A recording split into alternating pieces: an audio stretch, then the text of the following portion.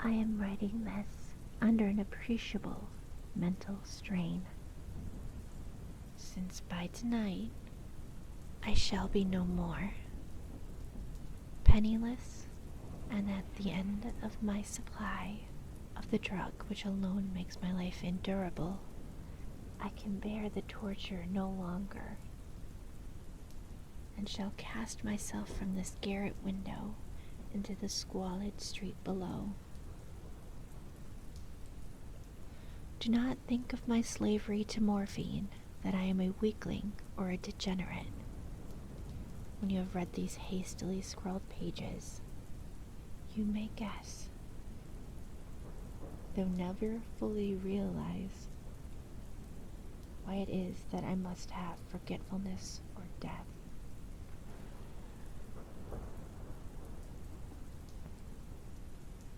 It was one of the most open and least frequented parts of the broad Pacific that the packet of which I was supercargo fell a victim to the German sea raider. The Great War was then at its very beginning,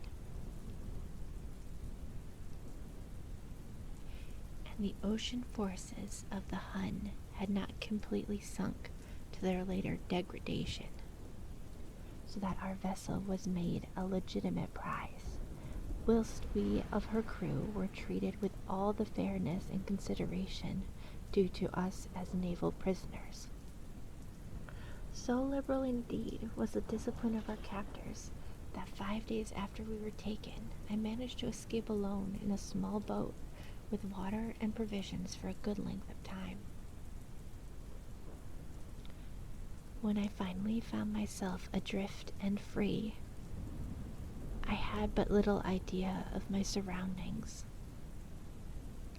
Never a competent navigator, I could only guess vaguely by the sun and the stars that I was somewhat south of the equator. Of the longitude I knew nothing, and no island or coastline was in sight.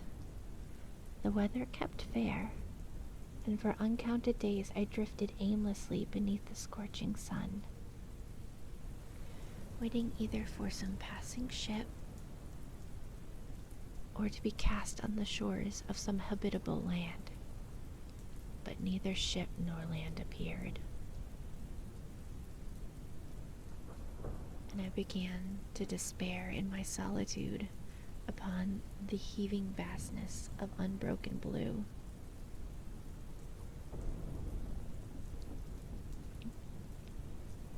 The change happened whilst I slept. Its details I shall never know, for my slumber, though troubled and dream-invested, was continuous.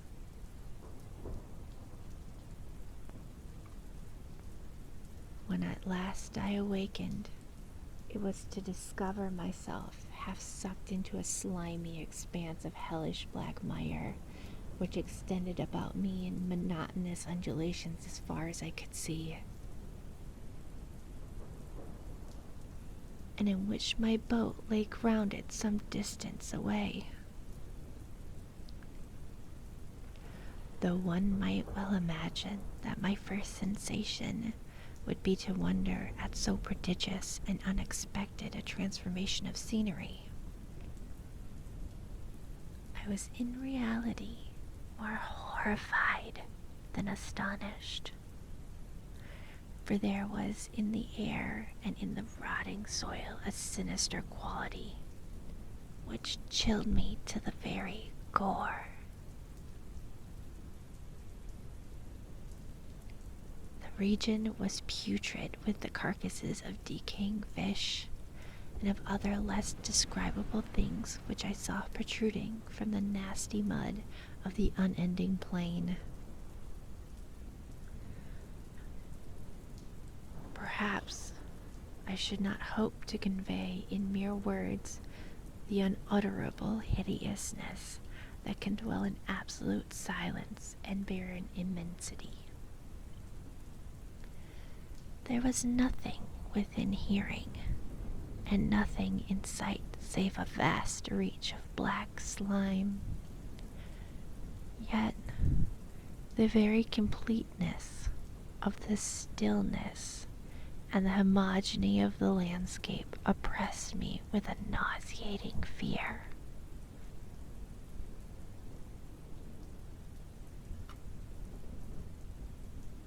The sun was blazing down from a sky which seemed to me almost black in its cloudless cruelty, as though reflecting the inky marsh beneath my feet.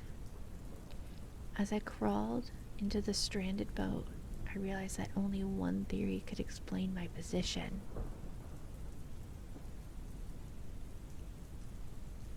Through some unprecedented volcanic upheaval, a portion of the ocean floor must have been thrown to the surface, exposing regions which for innumerable millions of years had lain hidden under unfathomable watery depths.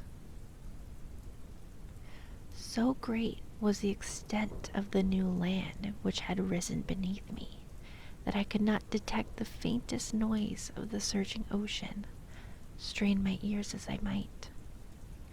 Nor were there any seafowl to prey upon the dead things.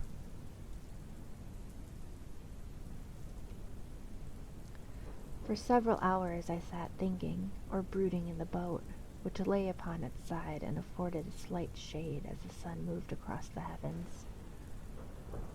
As the day progressed, the ground lost some of its stickiness and seemed likely to dry sufficiently for traveling purposes in a short time. That night, I slept but little, and the next day I made for myself a pack containing food and water, preparatory for an overland journey in search of the vanished sea and possible rescue.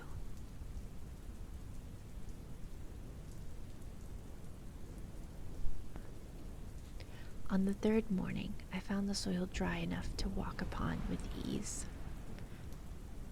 The odor of the fish was maddening, but I was too much concerned with graver things to mind so slight an evil, and set out boldly for an unknown goal. All day I forged steadily westward, guided by a faraway hummock which rose higher than any other elevation on the rolling desert. That night I encamped, and on the following day still traveled toward the hummock, though an object seemed scarcely nearer than when I had first seen it. By the fourth evening, I attained the base of the mound, which turned out to be much higher than it had appeared from a distance.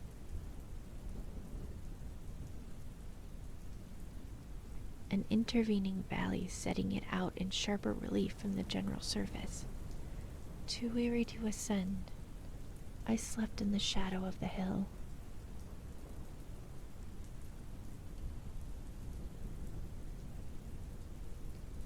I know not why my dreams were so wild that night, but ere the waning and fantastically gibbous moon had risen far above the eastern plain, I was awake in a cold perspiration, determined to sleep no more. Such visions as I had experienced were too much for me to endure again, and in the glow of the moon I saw how unwise I had been to travel by day. Without the glare of the parching sun, my journey would have cost me less energy indeed. And I now felt quite able to perform the ascent which had deterred me at sunset. Picking up my pack, I started for the crest of the eminence. I have said that unbroken monotony of the rolling plain was a source of vague horror to me, but I think my horror was greater when I gained the summit of the mound and looked down the other side into an immeasurable pit or canyon, whose black recesses the moon had not yet soared high enough to illume. I felt myself on the edge of the world, peering over the rim into a fathomless chaos of eternal night. though my terror rang curious reminiscences of Paradise Lost and of the Satan's hideous climbs through the unfashioned realms of darkness. As the moon climbed higher in the sky, I began to see that the slopes of the valley were not quite so perpendicular as I had imagined. Ledges and outcroppings of rock afforded fairly easy footholds for a descent, whilst after a drop of a few hundred feet, the declivity became very gradual. Urged on by an impulse which I cannot definitely analyze, I scrambled with difficulty down the rocks and stood by the gentler slope beneath, gazing into the Dagon deeps where no light had yet penetrated. All at once my attention was captured by a vast and singular object on the opposite slope, which rose steeply about 100 yards ahead of me. An object that gleamed whitely in the newly bestowed rays of the ascending moon. That it was merely a gigantic piece of stone, I soon assured myself, but I was conscious of a distinct impression that its contour and position were not altogether the work of nature. A closer scrutiny filled me with sensations I cannot express. For despite its enormous magnitude and its position in an abyss which had yawned at the bottom of the sea since the world was young, I perceived beyond a doubt that the strange object was a well-shaped monolith whose massive bulk had known the workmanship and perhaps the worship of living and thinking creatures.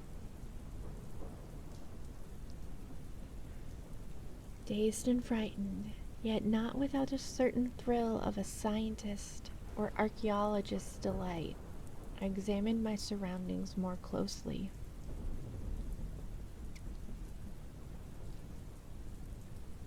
The moon, now near the zenith, shone weirdly and vividly above the towering steeps that hemmed the chasm, and revealed the fact that a far-flung body of water flowed at the bottom, winding out of sight in both directions, and almost lapping my feet as I stood on the slope.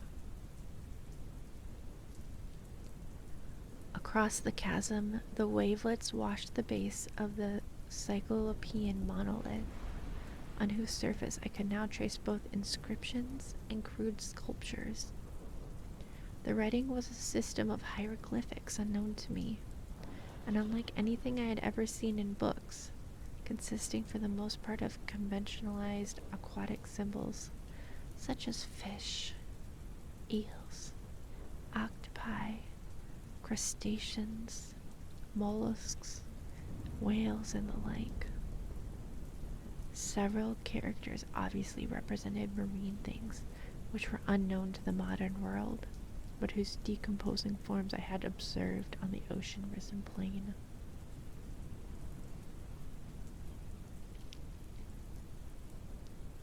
It was the pictorial carving, however, that did the most to hold me spellbound. Plainly visible across the intervening water on account of their enormous size were an array of bas-reliefs whose subjects would have excited the envy of a Doré. I think that these things were supposed to depict men, at least a certain sort of men, though the creatures were shown disporting like fishes in waters of some marine grotto, or paying homage to some monolithic shrine which appeared to be under the waves as well. Of their faces and forms I dare not speak in detail, for the mere resemblance makes me grow faint.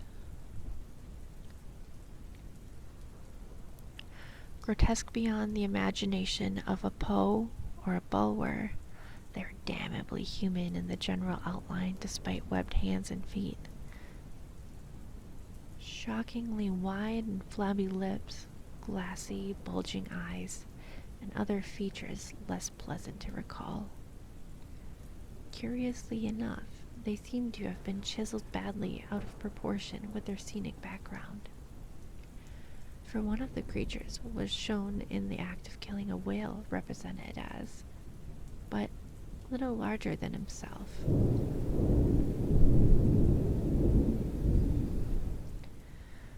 I remarked, as I say, their grotesqueness and strange size, but in a moment decided that they were merely the imaginary gods of some primitive fishing or seafaring tribe. Some tribe whose last descendant had perished eras before the first ancestor of Piltdown or Neanderthal man was born. Awestruck at this unexpected glimpse into the past beyond the conception of the most daring anthropologist, I stood musing whilst the moon cast queer reflections on the silent channel before me.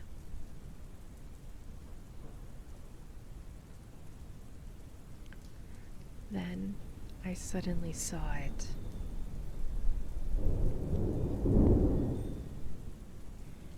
With only a slight churning to mark its rise to the surface, the thing slid into view above the dark waters. Vast, Polyphemus-like, and loathsome. It darted like a stupendous monster of nightmares to the monolith about which it flung its gigantic scaly arms. The while it bowed its hideous head and gave a vent to certain measured sounds. I think I went mad then. Of my frantic ascent to the slope and cliff, and of my delirious journey back to the stranded boat, I remember little. I believe I sang a great deal, and laughed oddly when I was unable to sing.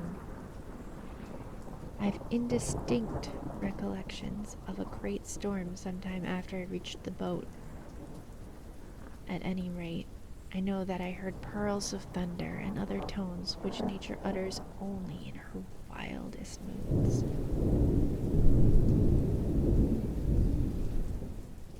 When I came out of the shadows, I was in a San Francisco hospital, brought thither by the captain of an American ship which had picked up my boat in mid-ocean.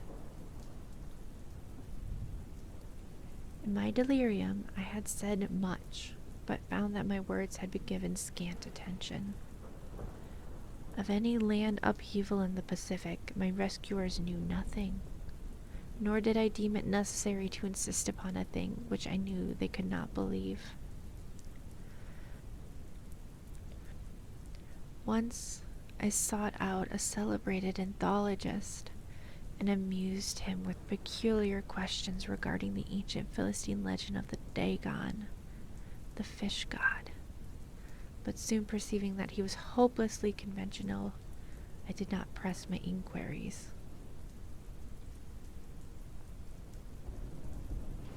It is at night, especially when the moon is gibbous and waning, that I see the thing. I tried morphine, but the drug has given only transient secrece, and has drawn me into its clutches as a hopeless slave.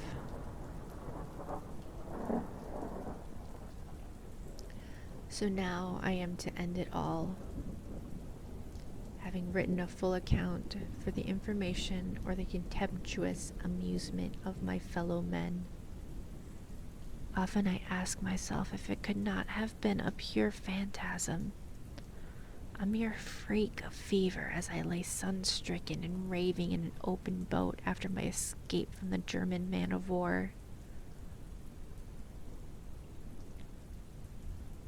This I ask myself, but ever does there come before me a hideously vivid vision in reply.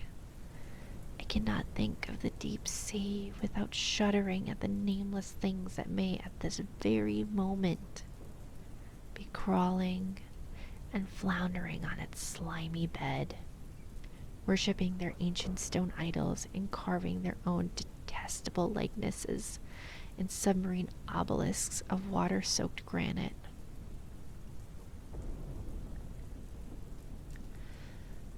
I dream of a day when they may rise above the billows to drag down their reeking talons on the remnants of puny, war-exhausted mankind. Of a day when the land shall sink, and the dark ocean floor shall ascend amidst universal pandemonium. The end is near. I hear a noise at the door, as some immense, slippery body lumbering against it. It shall not find me.